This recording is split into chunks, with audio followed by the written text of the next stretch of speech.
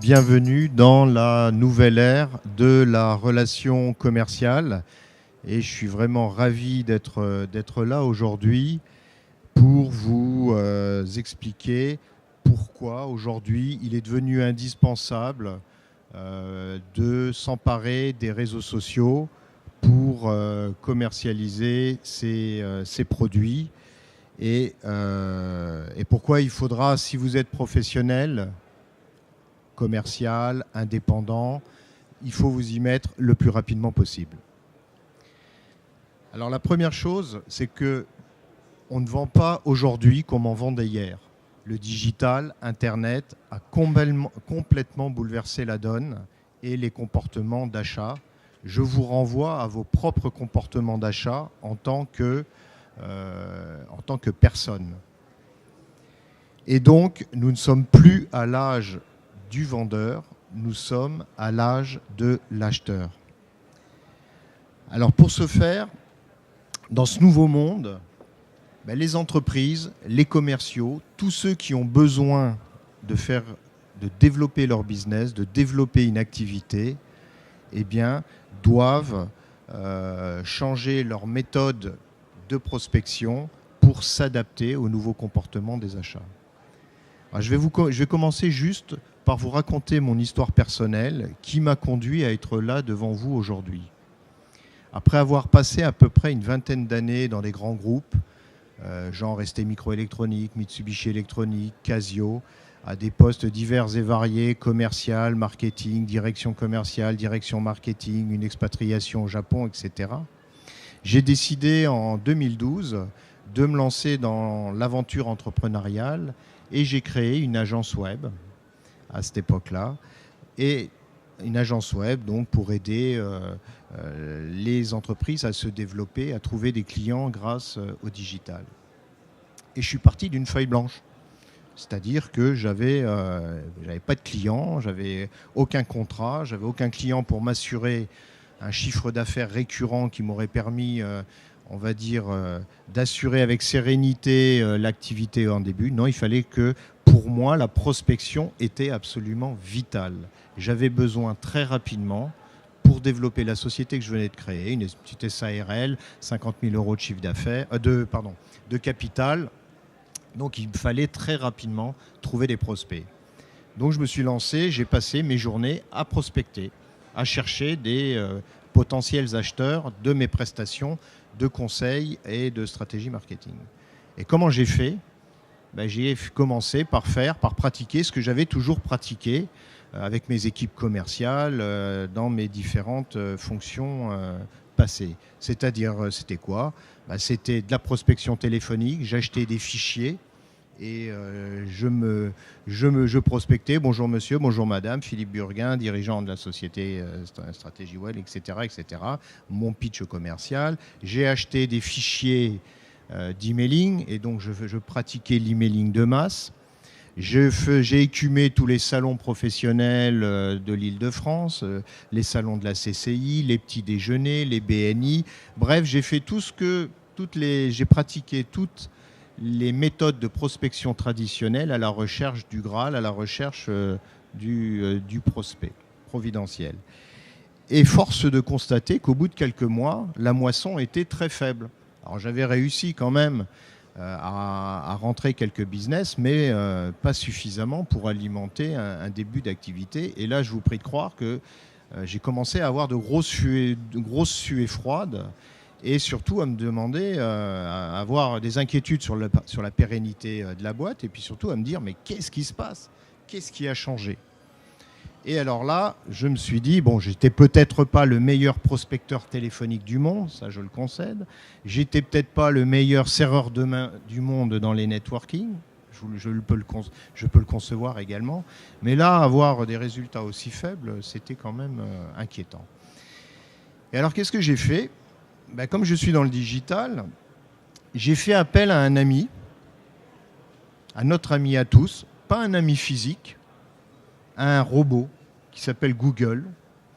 Et j'ai tout simplement été taper des mots-clés, prospection, prospection commerciale, comment trouver des clients à l'ère du digital, etc.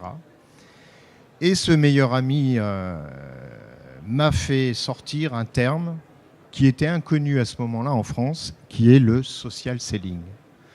Nous sommes en 2012. Social selling en France n'existait pas. Il n'y avait pas de formation, il y avait peu d'articles sur le sujet. Enfin, tout ce que je trouvais comme matière sur le sujet venait d'outre-Atlantique et principalement du Canada. Donc je me suis intéressé au sujet et j'ai trouvé une formation, un organisme de formation, un des leaders au Canada qui s'appelle Sales for Life. Et j'ai décidé, donc qui d'ailleurs existe encore, qui est très connu, qui a pignon sur rue maintenant. Je crois que le patron, c'est Jamie Cheng. Je crois que la moindre conférence, ça doit être dans les 20 000 euros. Enfin, vous voyez, ce n'est pas encore les tarifs de nos hommes politiques. Mais bon, si j'arrivais à faire 15-20 conférences à ces tarifs, je serais content. Enfin bref, tout ça pour dire que je me suis intéressé. J'ai fait la formation. Donc, je n'ai pas été au Canada à ce moment-là. Ça se fait en e-learning. Et donc, lorsque j'ai commencé à rentrer dans la formation, j'ai vraiment eu l'effet waouh. Là, je me suis dit waouh, si ça fonctionne, ben, je suis sauvé, ma boîte est sauvée et je vais pouvoir enfin remplir mon pipe de nouveaux prospects. Et effectivement, cette formation a changé ma vie. Fini les heures de téléphone, bonjour monsieur, bonjour madame, ah il n'est pas là, je vous rappelle, et on remplit des tableaux Excel de il faut rappeler, etc., etc., etc. Donc je me suis mis à digitaliser intensivement ma prospection, à pratiquer le social selling de façon intensive, c'est-à-dire tous les jours, j'allais rechercher des contenus sur le sujet de mon expertise que j'avais à vendre, je recherchais des prospects, je les engageais sur les réseaux sociaux et les résultats n'ont pas été longs à venir puisqu'au bout effectivement de quelques semaines, quelques mois, j'ai eu des contacts, j'ai eu des rendez-vous et donc j'ai pu commencer à développer mes affaires. Alors le social selling, en fait c'est un mauvais terme. Dans le social selling, j'aime bien le terme social parce qu'effectivement, on va utiliser les réseaux sociaux professionnels et on va particulièrement utiliser LinkedIn. Par contre, selling, on ne vend rien. Vous ne vendrez rien sur LinkedIn, vous ne vendrez rien sur Twitter. Donc il y a eu des essais de traduction en France, la vente sociale, qui n'a pas duré longtemps. Parce que déjà, vendre, c'était inapproprié, on ne vend pas. Et puis, vous savez, social, en France, la connotation business et social, c'est pas terrible. Donc, on a vu quelques articles fleurir sur le sujet, mais on les a vus disparaître aussi rapidement. Donc, aujourd'hui, c'est le social selling. Alors, j'ai vécu toute la phase, depuis 2012, de montée en puissance du social selling en France. Donc, j'ai commencé moi-même, à la demande de certains clients, de former. Donc j'ai construit une formation. Il y en avait très peu à ce moment-là. J'ai commencé surtout à former des indépendants, des chefs d'entreprise qui avaient la même problématique, qui avaient une feuille blanche. Il leur fallait très vite, pour une question de survie, prospecter. Et donc, ils avaient besoin d'une nouvelle méthodologie. Et donc, petit à petit, je suis rentré dans des boîtes et j'ai vu les grosses boîtes commencer à s'y intéresser à peu près en 2014. Et c'est là que je suis rentré dans des boîtes où j'ai commencé à former des boîtes comme IBM, comme Vinci, comme Manpower, etc., etc.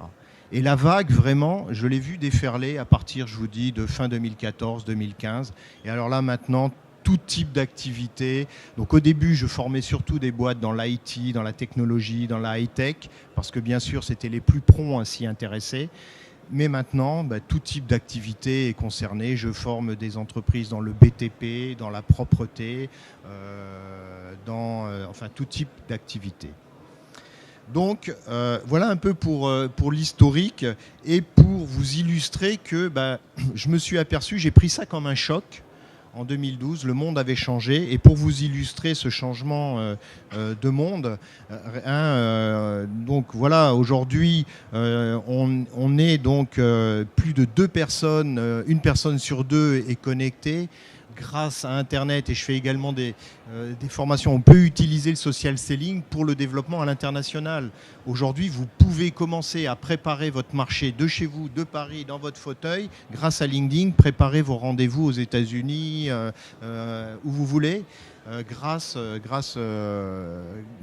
à Internet et donc au social selling. Donc on est tous potentiellement à un clic de ses clients, et il y a des estimations qui disent qu'en 2020, plus de 5 milliards d'individus, de personnes seront connectés. Donc clairement, la donne a changé. Par exemple, là je parle depuis plus de 5 secondes, mais depuis 17 minutes, mais dans les 5 dernières secondes, qu'est-ce qui s'est passé ?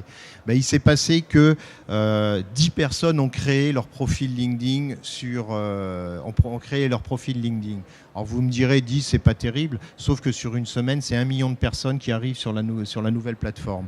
Sur Instagram, 4500 photos ont été échangées, 5 secondes.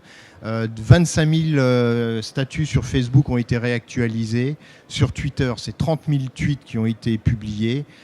Google, 200 000 recherches ont été effectuées, et principalement grâce au téléphone portable. Et sur YouTube, c'est 230 000 vidéos qui ont été téléchargées. Donc vous voyez bien, donc la vraie question aujourd'hui, et si je peux vous faire gagner du temps, parce que moi ça m'a pris un peu de temps de découvrir ça, la vraie question à se poser aujourd'hui par rapport à l'utilisation du digital et des réseaux sociaux, c'est pas est-ce qu'il faut que j'y aille, c'est pourquoi j'y suis pas moi déjà alors que tout le monde y est. Et c'est bien ce qu'on va voir à travers mes propos. Et donc, cette nouvelle donne a fait que dans le monde entier, 9 acheteurs sur 10, et encore une fois, je renvoie à vos propres comportements d'achat, et maintenant ça touche également le B2B. Bien sûr, l'histoire a commencé dans le B2C.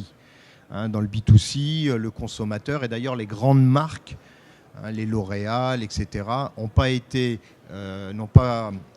très rapides à s'emparer, par exemple, de Facebook avec du community management et autres. Donc, mais ce phénomène a également très rapidement touché le B2B, les acheteurs professionnels. Et aujourd'hui également, quand ils ont un problème, il n'y a pas une séparation entre vie personnelle et vie privée. Ils vont aborder exactement les mêmes comportements dans leur vie professionnelle que dans leur vie privée. Ils ont un problème, 9 fois sur 10, ils vont commencer une recherche sur Internet. Et la conséquence de tout ça, c'est que les méthodes de prospection traditionnelles que je vous décrivais tout à l'heure, la prospection dans le dur, c'est-à-dire le téléphone, l'emailing, et je peux vous dire que j'ai formé plus de 2000 commerciaux, plus de 50 entreprises. Il n'y a pas un commercial dans mes formations qui me dit « Ouah, youpi, moi je veux continuer le téléphone, c'est génial, ça marche, et ce que vous me racontez. » Non, il y a fondamentalement, aujourd'hui, les commerciaux ont développé vraiment, parce que c'est dur, ont développé vraiment aujourd'hui une position de rejet et de refus du téléphone. Et d'ailleurs, il n'y a qu'à voir nos enfants. Aujourd'hui, on les a plus au téléphone. Tout se passe par WhatsApp, par les SMS. Plus personne ne voudra demain parler au téléphone. Donc la prospection dans le dur, ça ne fonctionne plus. Et il y a eu une étude fin 2014, début 2015, par Ecosystem, qui a donné ces chiffres et qui donne un taux de transformation pour détecter une affaire. Il faut aujourd'hui, dans le dur, appeler 100 prospects. Quand je dis dans le dur, c'est je ne connais pas. Bonjour monsieur, bonjour madame, je me présente et je fais mon pitch commercial. Et le tunnel, c'est ça. Donc 100 appels dans le dur vont conduire, vous allez réussir à obtenir 17 conversations. Ce qui veut dire que 83 fois, vous aurez personne au bout du fil pour vous répondre. Ces 17 conversations, où vous les aurez, mais de toute façon, ça aura été tellement vite que de toute façon, vous n'aurez même pas eu le temps de développer votre pitch. Ces 17 conversations, donc vous avez eu le temps de discuter, de vous présenter, de dire qui vous êtes, ce que vous faites. Vous allez générer avec ces 17 conversations 2,7 rendez-vous. Alors je m'excuse pour les 0,7, c'est l'étude, ils ont fait des moyennes. Et ces 2,7 rendez-vous vont vous générer 1,1 opportunité. Sachant qu'aujourd'hui, le taux de transformation, il faut à peu près générer 3 opportunités pour signer un deal, une affaire. Bah, ça vous donne le ratio. Pour avoir une pauvre malheureuse affaire, c'est 300 appels dans le dur, 300 portes qui se claquent, 300 monsieur, ça ne m'intéresse pas, 300 rappelez, il est parti en vacances.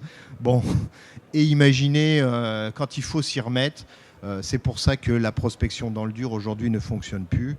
Alors s'il y a des gens ici qui sont encore dans le télémarketing, mais j'ai validé, hein, j'ai des amis qui travaillent dans le télémarketing et qui eux aussi me confirment que ces ratios sont de cet ordre. Alors pourquoi tout ça? Eh bien parce que le digital a transformé le processus d'achat. Et une étude de Forrester dans les années pareilles de fin 2014-2015 a révélé que 70% du cycle d'achat est réalisé avant que vous ne rencontriez un commercial. Ça veut dire que l'acheteur aujourd'hui, il fait son parcours d'achat, il va répondre à ses questionnements tout seul sur Internet. Il va s'auto-former lui-même, il va télécharger des guides, il va visionner des vidéos, il va visionner des MOOC, il va télécharger des infographies, des livres blancs. Bref, il fait 70% des informations qu'il obtenait hier de la part d'un vendeur, il le fait de façon complètement autonome grâce au digital, à Internet. Alors, je vais vous prendre un exemple. Il y a à peu près 2 mois, on voulait changer notre télévision numérique. On avait une vieille télévision qui datait d'il y a 10 ans, elle nous a lâché. Donc, changement de télévision. Qu'est-ce que j'ai fait? Ça aurait été à l'ère pré-digitale, à l'ère où j'avais acheté ma télévision que j'ai mis à la poubelle. Comment j'aurais fait? J'aurais été à la Fnac, j'aurais été chez Darty, j'aurais été chez Boulanger. Bon, je fais de la pub, c'est pas mon intention. L'idée, c'est d'expliquer qu'est-ce qu'on aurait fait. On aurait tout simplement été chez le vendeur et on aurait été à lui demander des conseils, des avis, à la recherche d'informations. J'aurais téléphoné à des copains, à des amis, je leur aurais demandé tiens, qu'est-ce que tu as acheté comme télé, qu'est-ce que tu peux me conseiller, etc., etc. Sauf que ça ne marche plus comme ça maintenant. Le digital a tout cassé, a tout changé, a bouleversé le processus. Qu'est-ce que j'ai fait? J'ai été chez le meilleur ami Google, j'ai fait des recherches, j'ai été voir des sites de constructeurs, etc., etc. J'ai été voir des réseaux sociaux pour prendre des avis de personnes sur leurs impressions. Et finalement, au bout de tout ça, j'ai passé quelques heures à faire des recherches moi-même. Et au bout de quelques heures, je savais que je voulais la Panasonic 4K modèle XYZ. Réellement, ça a été comme ça. Je l'ai noté sur un bout de papier. Et qu'est-ce que j'ai fait? Une fois que j'avais le modèle en tête, j'ai tout simplement été à ce moment-là voir les vendeurs. J'étais à la Fnac, j'ai été chez Darty, j'ai été chez Boulanger. Et je n'ai pas été leur demander des conseils. Qu'est-ce que vous me conseillez comme meilleure télévision? Non, j'ai dit, écoutez, moi je veux acheter la 4K Panasonic machin. C'est quoi le prix? C'est quoi vos conditions, etc., etc. J'ai été parler de la transaction. Donc la valeur ajoutée du commercial là n'était pas de m'informer ou d'essayer de me dissuader d'acheter le modèle. C'était la transaction. Donc j'avais fait 70%, voire même peut-être plus de mon parcours d'achat tout seul. Une autre statistique de Forrester affirme qu'en B2B, on est dans le B2B, 90% des dirigeants, des décideurs aujourd'hui affirment ne plus vouloir répondre à des appels téléphoniques. En effet, les décideurs aujourd'hui sont sursollicités, ils ne veulent plus être prospectés, ils ne veulent plus être démarchés au téléphone. Donc, parce que pareil, grâce au digital, grâce à leur téléphone, ils ont les informations qu'ils veulent, 24 heures sur 24, 7 jours sur 7 dans la poche. Ils sont surinformés, ils ont l'information qu'ils souhaitent instantanément. Et donc, ils ne veulent plus être sollicités, être interrompus et prospectés. Donc là, le principal problème des commerciaux, chefs d'entreprise ou autres, c'est mais comment je peux faire dans cette époque, dans ce bouleversement digital des processus d'achat, comment est-ce que je peux faire pour contacter mes cibles? Eh bien, tout simplement, en allant les chercher sur les réseaux sociaux. Et là, il y a une petite étude qui a été faite par IDC et qui a la réponse, qui a la question plus exactement: avez-vous consulté des réseaux sociaux comme LinkedIn ou des communautés professionnelles pour prendre une décision d'achat?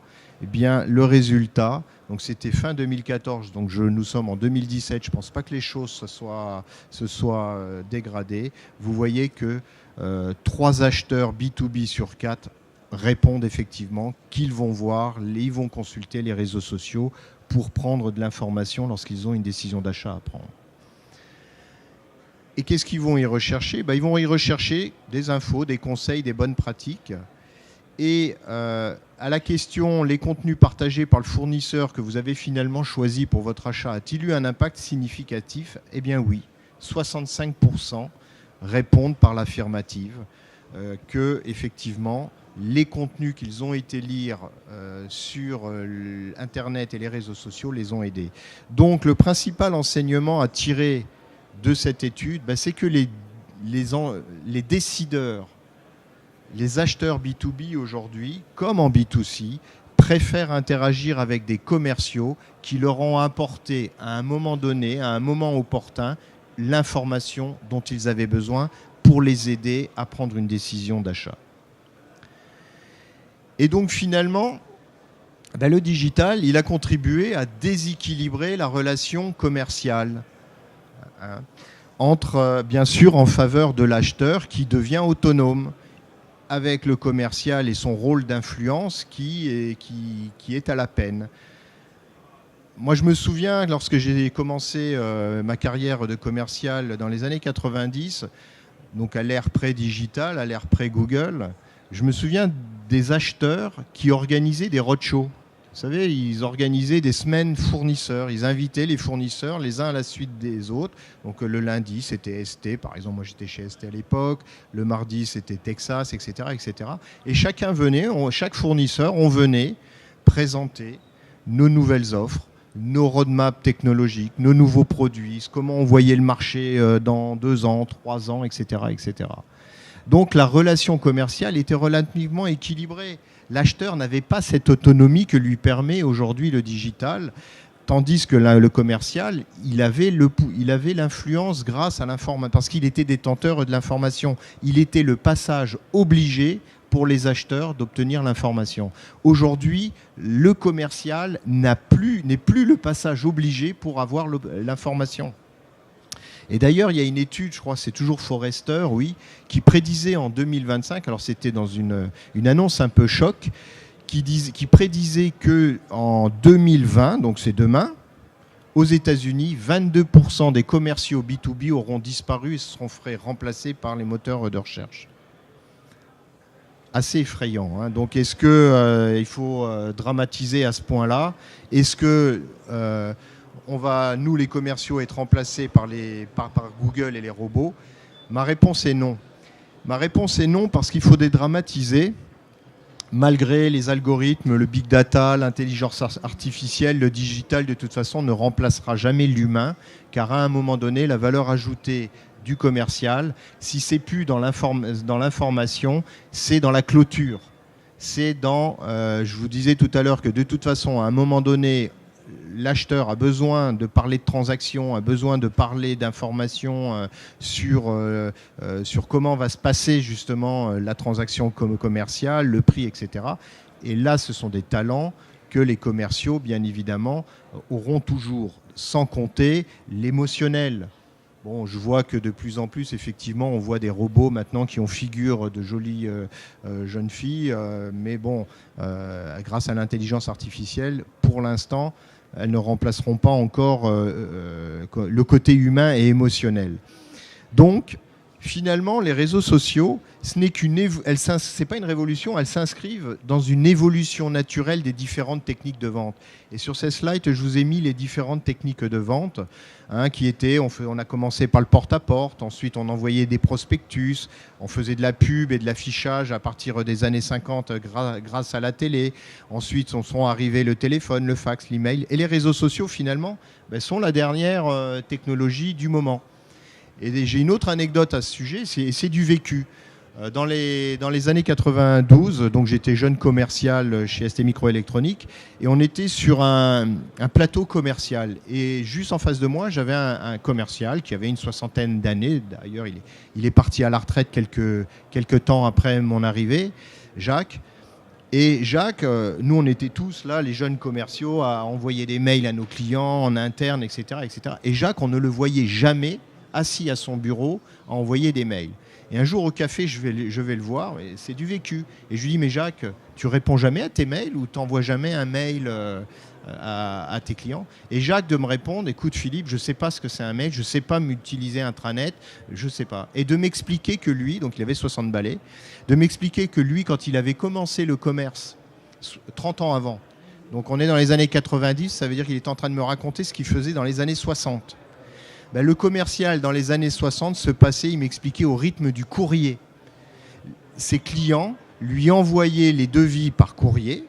Lui, il répondait par courrier. Et il m'a dit, j'ai vu arriver le téléx, j'ai vu arriver le fax, j'ai vu arriver effectivement Internet. Mais là, pour lui, commercial, l'intranet, les mails, il ne pouvait plus.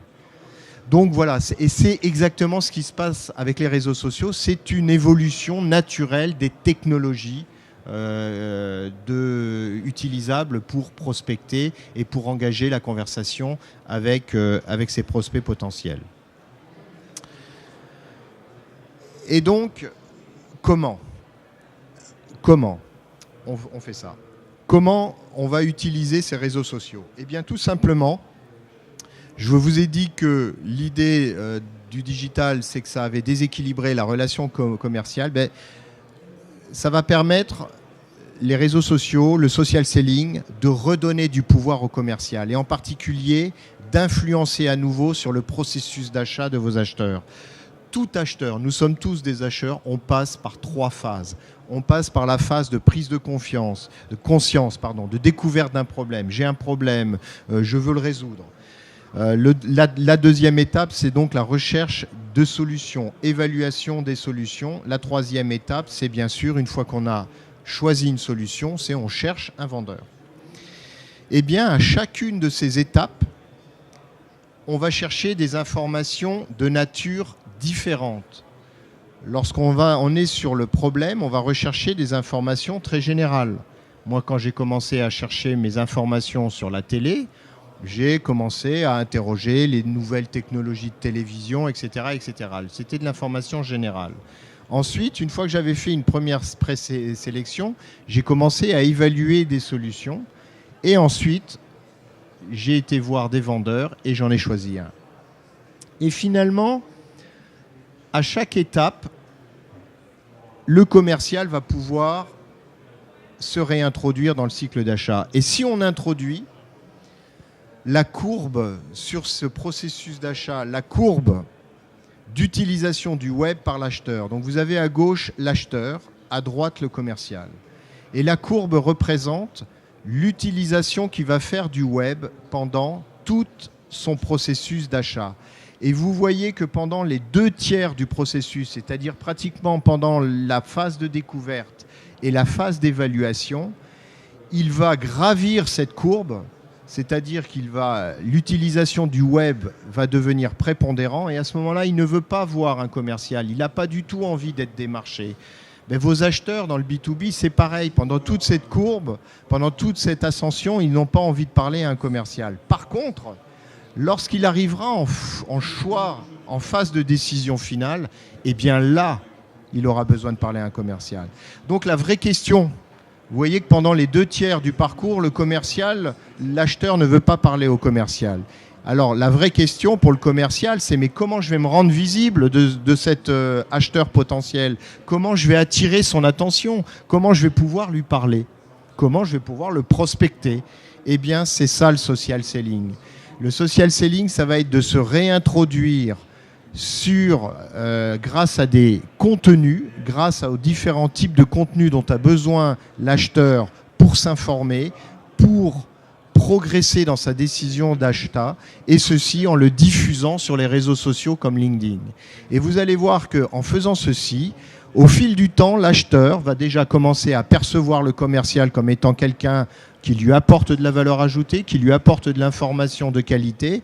Et l'idée derrière, c'est que quand l'acheteur sera en phase finale du choix, eh bien qu'il ait mis le commercial, qu'il vous ait mis sur sa shortlist de potentiels fournisseurs.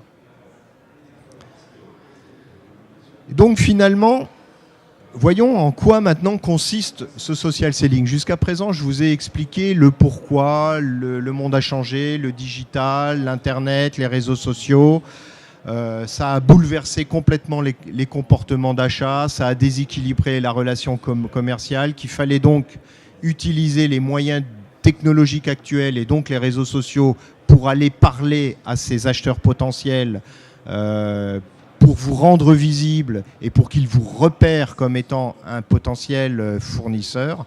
Bien, voyons maintenant les 4 activités. Qu'est-ce que c'est que le social selling ? C'est l'utilisation, donc c'est une démarche de prospection commerciale, et non pas de vente, qui consiste à utiliser les réseaux sociaux à travers 4 activités. C'est ce que j'appelle les 4 piliers. La première activité, c'est créer votre marque professionnelle. Oui, il va falloir que, pour vous rendre visible, que vous ayez une présence sur les réseaux sociaux. Deuxième activité, une fois que vous serez présent sur les réseaux sociaux, les réseaux sociaux vont vous permettre de trouver les bonnes personnes. Et on va voir ce que c'est.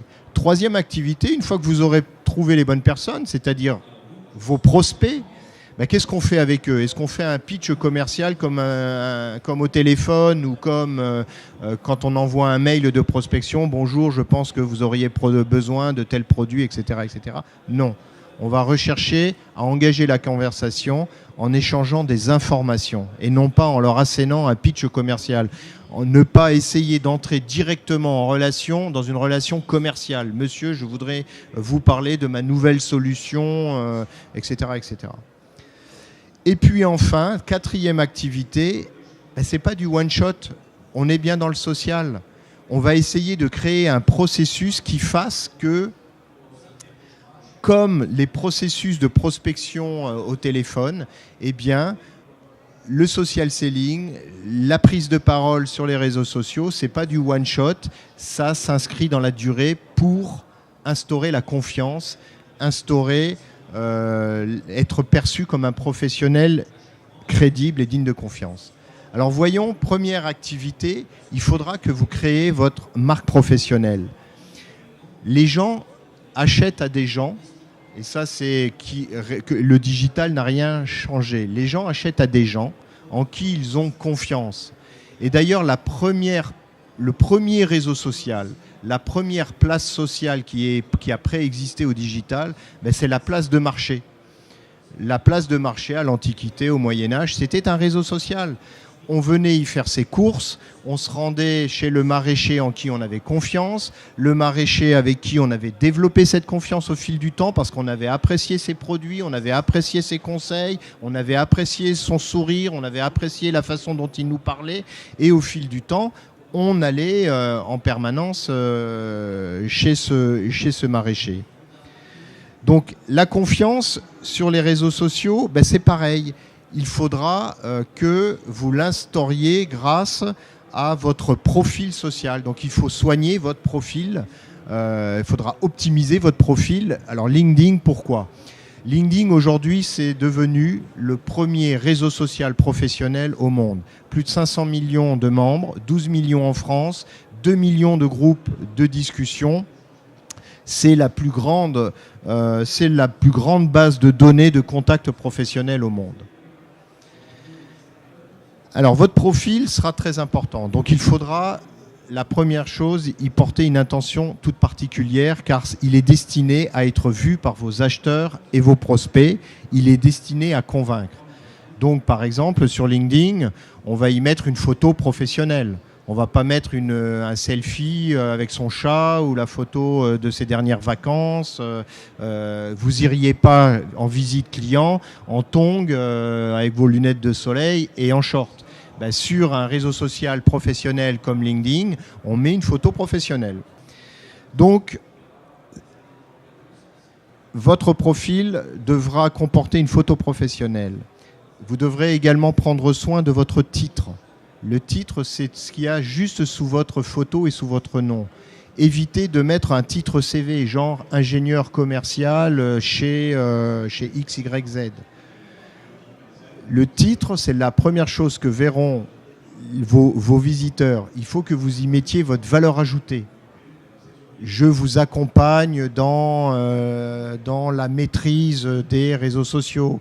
Je vous aide à optimiser. Hier, j'ai formé une équipe de conseillers patrimoniaux. Ben, ça peut par exemple dire, vous apporte des conseils dans la gestion patrimoniale ou l'optimisation patrimoniale, etc., etc. Ensuite, votre résumé. Le résumé, c'est la section dans laquelle 90% des commerciaux vont y mettre, en gros, qui sont les champions du commerce, que ça fait 10 ans qu'ils surperforment, qu'ils explosent tous les ans leur quota de vente. Non, ce n'est pas le lieu. Le résumé, c'est l'endroit, vous avez 2000 caractères pour aller y mettre ce que attendent vos visiteurs, c'est-à-dire quelle est la valeur ajoutée que vous pouvez leur apporter, quelques références si vous avez des références, et bien évidemment comment être contacté. Et également, aujourd'hui, sur LinkedIn, on peut y ajouter des vidéos, des PDF, des présentations SlideShare.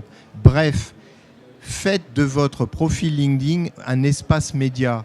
Lorsqu'on allait à l'ère pré-digitale visiter des clients, on y allait avec des documents, avec la plaquette de présentation de sa société, avec des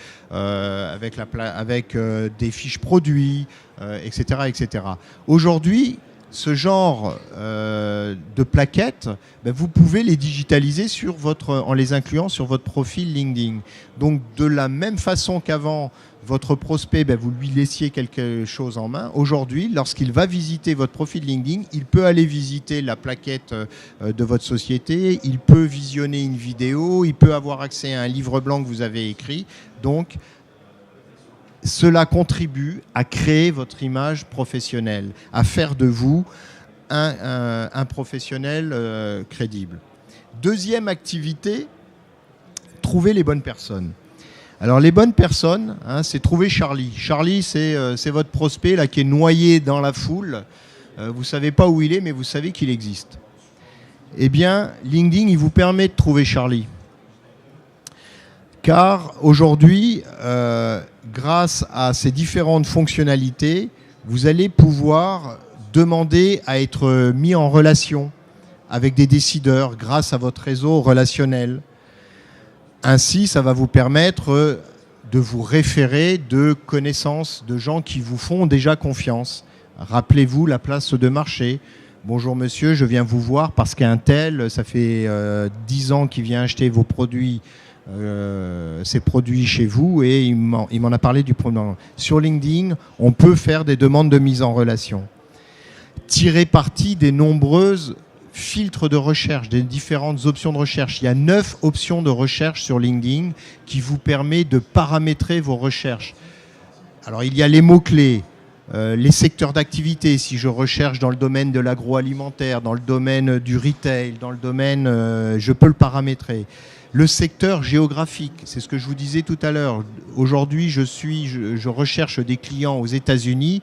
Eh bien, je peux paramétrer une recherche de key account manager aux États-Unis. Et donc, vous avez l'utilisation. Vous pouvez même utiliser un filtre qui s'appelle entreprise précédente. Vous pouvez rechercher des gens qui ont travaillé dans le passé dans telle entreprise. Donc, si vous avez vous-même travaillé dans cette entreprise, vous allez pouvoir éventuellement vous référer de ce passé commun. Vous pouvez, grâce à LinkedIn, adhérer à des groupes. Je vous ai dit 2 millions de groupes. Alors, ce sont des groupes de discussion. Il y a à peu près des groupes sur tout. Et l'idée, c'est que les gens qui ont adhéré à des groupes, ben, ils y ont adhéré parce qu'ils s'intéressent au sujet. Et surtout, ça va vous donner une audience phénoménale. Dans mon réseau, j'ai un réseau de 2000, à peu près 2400 personnes. C'est mon réseau de niveau 1. Ça signifie que quand sur LinkedIn, je partage un post où j'écris un article, il est potentiellement visible par 2400 personnes. Bon, c'est déjà pas mal, mais bon, j'ai adhéré à une soixantaine de groupes. Lorsque je partage le même post dans tous mes groupes, j'ai accès à une audience de 4 millions de personnes. Donc l'appartenance à des groupes va démultiplier, est un démultiplicateur d'audience, et lorsque vous allez partager une information, eh bien vous allez vraiment élargir une audience de façon incroyable. Enfin, LinkedIn vous permet de faire ce que j'appelle de l'écoute sociale en suivant l'actualité de vos prospects, et va vous permettre d'identifier ce que j'appelle des événements déclencheurs d'opportunités. Un commercial, on recherche toujours une opportunité, un prétexte d'engager la conversation. Eh bien, LinkedIn foisonne d'événements déclencheurs d'opportunités. Par exemple, je vous donne un exemple. Un de vos prospects qui a changé de poste, ou quelqu'un de votre réseau qui a changé de poste, qui est passé, moi je ne sais pas, qui est passé commercial dans l'entreprise X et qui est devenu directeur commercial dans l'entreprise Y. Vous êtes notifié par LinkedIn. Eh bien moi, la première chose que je fais, c'est bonjour monsieur X, je vous félicite pour votre nouveau poste de directeur commercial dans la société Y et je vous adresse tous mes vœux de réussite. Je pense que dans le cadre de ce nouveau challenge, vous seriez intéressé par, et entre guillemets, je parle de problématique. Je ne lui vends pas mon produit, je vends une problématique. Je pense que vous seriez intéressé par la problématique de booster votre prospection commerciale. 6 juin, je vous adresse un petit lien, un petit contenu sur le sujet. Si ça vous intéresse, je suis à votre disposition pour en parler, ou connectons-nous en direct sur LinkedIn. À aucun moment, j'ai fait un pitch commercial. Je lui ai dit que j'étais le champion du monde du social selling, qu'il fallait qu'on se voit absolument. J'ai tout simplement pris prétexte de ce changement de poste qui m'a été amené grâce à LinkedIn, qui m'a révélé Charlie. Et je me suis adressé à Charlie en lui envoyant un contenu, une information, et bien évidemment en lui proposant soit de se parler, soit de se connecter. J'ai engagé la conversation avec Charlie. Je ne lui ai pas pour l'instant demandé de vendre quoi que ce soit. Voilà comment utiliser un réseau social pour trouver Charlie, la bonne personne, et commencer à dialoguer avec lui. Eh bien justement, comment je dialogue avec lui, j'ai commencé à l'évoquer à l'instant, c'est en partageant du contenu.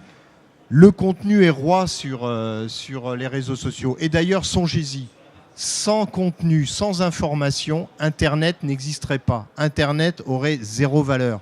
On va tous chercher de l'info. Donc, le contenu est roi. Eh bien, en social selling, il en va de même. Partager du contenu devient le cœur d'activité du social selling. Le cœur d'activité, tous les jours, je me pose la question, quel contenu je peux partager qui va intéresser mes prospects potentiels? Et utiliser du contenu, ça va permettre quoi? Ça va permettre de générer des visites sur votre profil. C'est-à-dire que lorsque je commence à partager du contenu, il y a des gens qui sont intéressés, vont venir visiter mon profil. Et quelqu'un qui visite votre profil, c'est comme si vous laissez un message sur votre répondeur. Vous allez le remercier. Merci de votre visite sur mon profil. Y a-t-il un sujet particulier qui vous a intéressé? En quoi puis-je vous être utile? Si ça vous intéresse, on se connecte. Ça vous permet de débuter une conversation. Un like sur un de mes posts va générer un remerciement. Pareil. Bonjour Monsieur X, je vous remercie d'avoir aimé mon post sur tel sujet. Je publie régulièrement du contenu. Si ça vous intéresse, je vous engage à vous connecter avec moi. Et petit à petit, vous serez perçu en partageant de l'info. Rappelez-vous ma courbe. Je partage de l'info tout au long du parcours d'achat. L'idée, c'est de me rendre visible, que mon prospect vienne me visiter, s'intéresse à ce que je raconte, pour que le jour où il a un problème vraiment, il s'intéresse à moi. Et je vous assure que j'ai des gens qui m'ont laissé régulièrement, qui me laissent leur numéro de téléphone, parce que ils ont une problématique. Peut-on s'en parler ou voir, je n'ai pas de besoin aujourd'hui, mais effectivement, c'est un sujet qui m'intéresse. Rappelez-moi. Vous voyez ? Donc, grâce au contenu. Et enfin, la dernière activité, ou disons le dernier pilier du social selling, c'est de faire ça sous forme de processus. Comme en toute activité humaine, sans processus, sans structure, c'est que de l'agitation et ça n'apporte rien. Si vous allez sur LinkedIn, même sur Internet, ou sur n'importe quel réseau social, sans savoir quoi dire, comment le dire et à qui le dire, vous allez se passer des heures à surfer sur LinkedIn. C'est ce que je faisais au début, avant la formation. Moi, je faisais ça. Je passais des heures sur LinkedIn. Vous savez, en plus, les écrans, c'est très hypnotique. On s'y laisse facilement, comment dirais-je, prendre au jeu. Tiens, un nouveau copain. Tiens, lui, il fait ça. Tiens, elle est devenue ça. C'est pas ça le social selling. Si vous faites ça, moi je recherche pas mes anciens copains, moi je recherche des prospects. Non, il faut mettre du process, il faut mettre de la structure pour construire un flux continu et durable de prospects. Alors le process, c'est quoi ? Il y a 10 étapes. Ça fait partie de la formation, mais les 10 étapes, c'est qu'est-ce que vous faites tous le matin quand vous arrivez au bureau ? Après le café, souvent on me répond je bois le café et je vais dire bonjour aux collègues. Bon, vous avez dit bonjour aux collègues, vous avez bu le café, vous vous installez à votre bureau, qu'est-ce qu'on fait tous ? On ouvre notre mail. Eh bien, dorénavant, vous allez ouvrir votre mail, mais le social seller, il ouvre LinkedIn. Il ouvre LinkedIn parce que LinkedIn bosse pendant que vous dormez. Vous allez aller voir ce qui s'est passé dans la nuit sur les activités que vous avez lancées. Vous avez posté des choses, vous avez remercié des gens, vous avez engagé la conversation avec d'autres. Eh bien, vous allez aller regarder de la même façon que vous ouvrez votre messagerie pour voir quelles ont été les réponses, les mails que vous avez reçus, etc. Vous allez faire de même avec LinkedIn. Et il y a un process comme ça en 10 étapes que vous allez faire, qui est, par exemple, la première chose, moi je vais voir qui a visité mon profil. Ensuite, je vais voir quelles ont été les invitations que j'ai reçues. Je vais voir mes notifications, qui est-ce qui a aimé, partagé, etc. Et ainsi de suite, je vais aller voir éventuellement ce prospect chaud si il a partagé quelque chose. C'est ma routine quotidienne. Ça dépend, ça peut me prendre 10 minutes s'il n'y a pas eu grand-chose, si je n'ai pas reçu beaucoup de mails sur LinkedIn, ou ça peut me prendre une demi-heure si effectivement ça m'a généré beaucoup d'interactions. Donc ça, c'est la première chose. La routine. Vous préparez les actions. Et surtout, le faire au quotidien. Parce que si vous avez envoyé un contenu, ça a intéressé plein de monde, et que vous retournez 15 jours après voir ce qui s'est passé, c'est-à-dire qu'en gros, vous n'avez rien fait pendant 15 jours, je peux vous dire, les gens, dans le digital, ils vous ont oublié. Donc, il faut le faire quotidiennement. Ça, c'est le premier type de processus, c'est la routine quotidienne. Deuxième type de processus, on revient là au pourquoi du social selling, c'est une technique de prospection. Et la prospection, ça s'organise. Quand on prospecte au téléphone, on met dans son agenda lundi prochain de 14 à 15 heures ou de 14 à 16 heures, je passe 2 heures à prospecter. Eh bien, sur LinkedIn, on fait pareil. Lundi prochain de 14 heures à 16 heures, je prospecte sur LinkedIn. Et je me prépare. Je ne vais pas y aller comme ça, la fleur au fusil. Donc, avant d'y aller lundi de 14 heures à 16 heures, je définis le contenu que je vais utiliser pour prospecter. C'est mon pitch. Quand on prospecte au téléphone, on a son pitch. Eh bien, quand on prospecte sur LinkedIn, on a le contenu qu'on va utiliser. Je prépare le texte d'accompagnement. Comment je vais l'introduire ? Je l'ai préparé. Et enfin, à qui je vais le dire ? Je prépare ma liste LinkedIn de prospects à qui je vais l'envoyer, à qui je vais l'introduire. Si bien que lorsque le jour dit, le lundi à 14 heures, je suis prêt. Et pendant 2 heures, je prospecte sur LinkedIn avec mon contenu, mon message d'accompagnement et ma liste de prospects. Et au bout des 2 heures, je fais autre chose. je ne passe pas mon après-midi et finalement à me dire à rien faire ou à me dire tiens, j'ai contacté 3 pauvres mecs et je ne sais même pas si ce que je leur ai raconté était pertinent. Du process dans le social selling, comme en toute activité humaine. Et bien évidemment, le process, c'est également se mesurer. C'est-à-dire mesurer après ce qui s'est passé, est-ce que ce que j'ai raconté a intéressé. Voilà. Ensuite, vous savez, moi, ça fait maintenant 5 ans que je fais des formations social selling. J'ai formé, je vous ai dit, à plus de 2000 commerciaux, plus de 50 entreprises, de toute taille, de tout type, tout secteur confondu. Et avec le recul, mais c'est normal, on a tous à apprendre. Je me suis aperçu que les formations, que le social selling, vu uniquement sous l'angle de la formation, d'1 ou 2 journées, ça ne fonctionne pas. Et j'ose le dire, c'est ce que j'ai constaté. Donc je ne vais pas vendre des choses en disant ça ne fonctionne pas. Mais par contre, ça m'a permis d'identifier pourquoi ça ne fonctionnait pas. Alors première chose, en France, vous savez que la formation, elle est subventionnée. Donc ça ne coûte rien aux entreprises. Donc prendre une formation pour les entreprises, ils font passer ça dans leur budget formation. Donc d'une certaine façon, voilà, bon, ça passe dans les budgets formation. Mais surtout, ils n'ont pas intégré les 5 facteurs clés de réussite qui sont là: engagement, implication de la direction, réflexion stratégique, définition d'une stratégie, alignement des équipes, vente et marketing et programme. Rapidement, pour conclure, il me reste encore 2-3 minutes. On va passer en revue ces différents facteurs clés.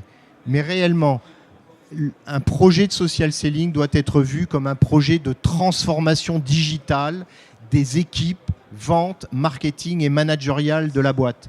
Sinon, si c'est juste pour former ces commerciaux pendant 1 ou 2 journées, ils vont avoir l'effet waouh. Ils ont tous l'effet waouh parce qu'ils découvrent un nouveau truc. Hier, j'avais dans mes participantes une jeune commerciale. Elle était jeune en plus. Elle venait de créer son profil LinkedIn il y a 2 jours, elle m'a dit. Donc elle n'y était pas avant. Par contre, elle connaissait Facebook, Instagram, tous les réseaux B2C, on va dire. Et pendant la formation, elle n'arrêtait pas elle avait le sourire jusque-là, elle n'arrêtait pas de dire on peut faire ça, je peux identifier un avocat dans la région de Lyon. Oui, on peut faire ça. Elle découvrait l'effet waouh. Donc elle était ravie. Sauf que si cette commerciale, elle est abandonnée à son sort après, il ne se passera rien. Il se passera rien. Moi, ce que j'ai vu, c'est qu'en général, lorsqu'on faisait des bilans, entre 3 et 6 mois après la formation, 2 tiers des commerciaux étaient perdus. C'est-à-dire qu'en gros, il y avait 1 tiers de vraiment engagés qui avaient continué, poursuivi, parce qu'ils s'étaient pris au jeu, donc ils continuaient, ils y voyaient un intérêt. Un 2e tiers de moyennement engagés qui y avaient été juste de temps en temps, qui avaient été tremper le pied dans l'eau pour voir si elle était bonne, s'étaient baignés un peu, puis finalement avaient préféré la plage, c'est-à-dire étaient revenus à ce qu'ils faisaient avant, et avaient laissé tomber finalement. Et puis le 3e tiers qui, eux, ne s'y étaient mais vraiment jamais mis parce qu'ils n'y croyaient pas, etc. Non, de toute façon, c'est pas pour moi, etc., etc. Donc l'idée, c'est que finalement, au bout de 6 mois, dans toutes les boîtes, grandes comme petites, ils avaient perdu 1 tiers et puis ils les avaient perdus, c'est-à-dire qu'ils avaient abandonné. Parce qu'ils n'avaient pas intégré le social selling dans un projet global d'entreprise avec ces 5 facteurs clés. Alors l'implication de la direction, c'est ça. Oui, c'est la direction commerciale. Moi, j'ai formé une boîte. Les managers commerciaux, les chefs de vente n'étaient même pas informés qu'on formait leurs commerciaux au social selling. Réaction des managers commerciaux, c'est du vécu. Quand ils passaient derrière certains commerciaux qu'ils les voyaient sur LinkedIn, ils leur demandaient d'arrêter de chercher un job ou de chercher des copains. Allez, bosse un peu, arrête de chercher un nouveau job. Bon. Du vécu, c'est ce que j'ai eu dans des sessions de feedback avec des réactions. Donc bien sûr que la direction, elle doit impulser le mouvement. Elle doit vraiment prendre conscience que le social selling, que LinkedIn, on peut développer le business avec. Il y a même quelques temps, alors c'est de moins en moins vrai, mais il y a encore 5 ou 6 ans, il y avait des boîtes qui interdisaient l'accès aux réseaux sociaux à leurs employés parce qu'ils pensaient qu'ils allaient chercher des copains ou des jobs. Doit monter dans les priorités stratégiques et bien sûr allouer des ressources humaines et financières. Donc, implication. Et d'ailleurs, voilà, à ce titre, lors du lancement de la Digital Academy au sein d'Orange, Stéphane Richard qui a lancé une Digital Academy, qui a formé, je ne sais plus combien ils sont de salariés chez Orange, mais ils y sont tous passés au digital.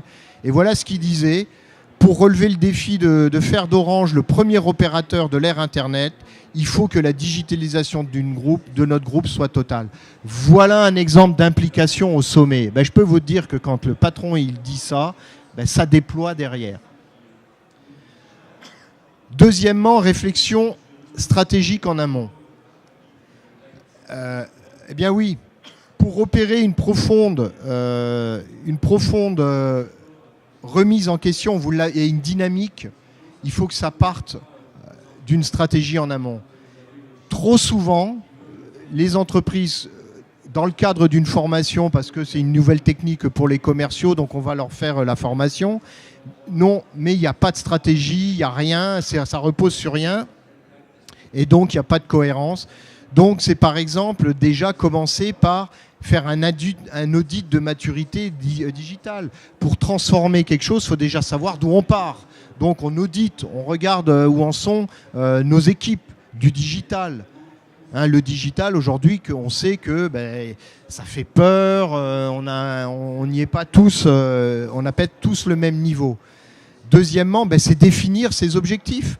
Encore une fois, je ne prétends pas dire aujourd'hui que le social selling va devenir la principale source de génération de prospects. On va continuer à faire du phoning, on va continuer à aller dans les salons, on va continuer d'autres initiatives pour générer des prospects. Mais quelle est la part, quels sont nos objectifs d'intégration du social selling? Donc on se fixe des objectifs. Est-ce que c'est 10, 20, 30% de la génération de prospects? Et nos personas, c'est-à-dire nos cibles, qui y sont? Définir sa ligne éditoriale, et enfin, ça doit aboutir à un réel plan d'action, à la mise en place d'une organisation et d'un budget. S'il n'y a pas tout ça, ça va tomber dans les oubliettes. Troisième, j'en ai parlé, c'est la définition de contenu. On l'a vu tout à l'heure avec la couronne, le contenu est roi. Si vous ne pouvez pas imaginer les entreprises que je forme, les commerciaux n'ont pas un seul contenu digital à se mettre sous la dent. C'est-à-dire qu'en gros, ils n'auront rien à dire en sortant de la formation. Et des grosses boîtes qui, quand j'ai interrogé la directrice marketing, je lui ai dit: mais vous n'avez pas de contenu digitaux? Elle me dit: pas trop. Mais vous avez quoi? Elle m'a amené dans la salle de marketing pour me montrer un présentoir. Il y avait toutes les plaquettes. Les commerciaux avaient des plaquettes. Et je lui dis: mais pourquoi vous digitalisez pas ça? Pourquoi vous le mettez pas ou vous faites pas des articles de blog, bref, des vidéos? La stratégie de contenu, elle est essentielle. Il faut la définir en amont. Sinon, vos commerciaux vont s'épuiser. S'ils n'ont rien à dire, ils vont se prendre des portes sur LinkedIn et ils vont s'épuiser, ils vont abandonner.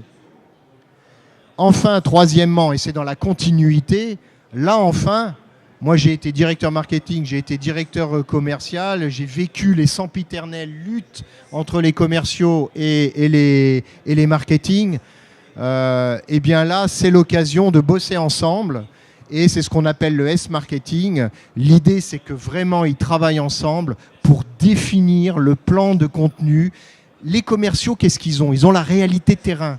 Les commerciaux doivent remonter au marketing les questions que se posent, les problématiques que se posent leurs clients et en quels termes ils les posent. Et le marketing doit s'en emparer pour créer les contenus que les commerciaux vont pouvoir réutiliser sur leurs réseaux sociaux. Donc, c'est l'alignement vente et marketing, c'est indispensable. Et enfin, la dernière clé pour réussir son social selling, c'est d'accompagner et de se mesurer. Si vous abandonnez vos commerciaux, ils ne vont pas devenir des spécialistes et des experts du social selling juste parce qu'ils ont eu une petite formation. Il faut les accompagner, il faut les manager, il faut les entraîner. Et tout ça, ça se mesure. Et sur la base des mesures, on progresse. Voilà ma conclusion. Donc, j'espère que je vous ai convaincu que l'impact des réseaux sociaux aujourd'hui dans le business, elle est devenue incontournable. Le networking qui se faisait au préalable dans l'ère pré-digitale, dans des rencontres de façon analogique. Aujourd'hui, ça peut se faire de façon digitale. Et je vous assure qu'on gagne du temps à rechercher sur LinkedIn plutôt qu'à faire tous les salons de la région parisienne. Il faut y aller dans les salons. Je ne dis pas que... Mais voilà. Donc aujourd'hui, les réseaux sociaux, ça ouvre des portes. Ça vous permet de trouver des Charlie, ça vous permet de trouver des opportunités d'affaires. Ça ne vendra pas à votre place, ça n'a jamais vendu à la place d'un commercial, mais ça l'aide à vendre, ça l'aide à trouver des Charlie et à entretenir une discussion. Donc je dirais que ça a un impact vraiment positif si le management s'en empare, s'il y a une stratégie de contenu et si ça en devient la norme dans la société. Donc moi, j'ai qu'une chose à vous dire, c'est commencer dès aujourd'hui.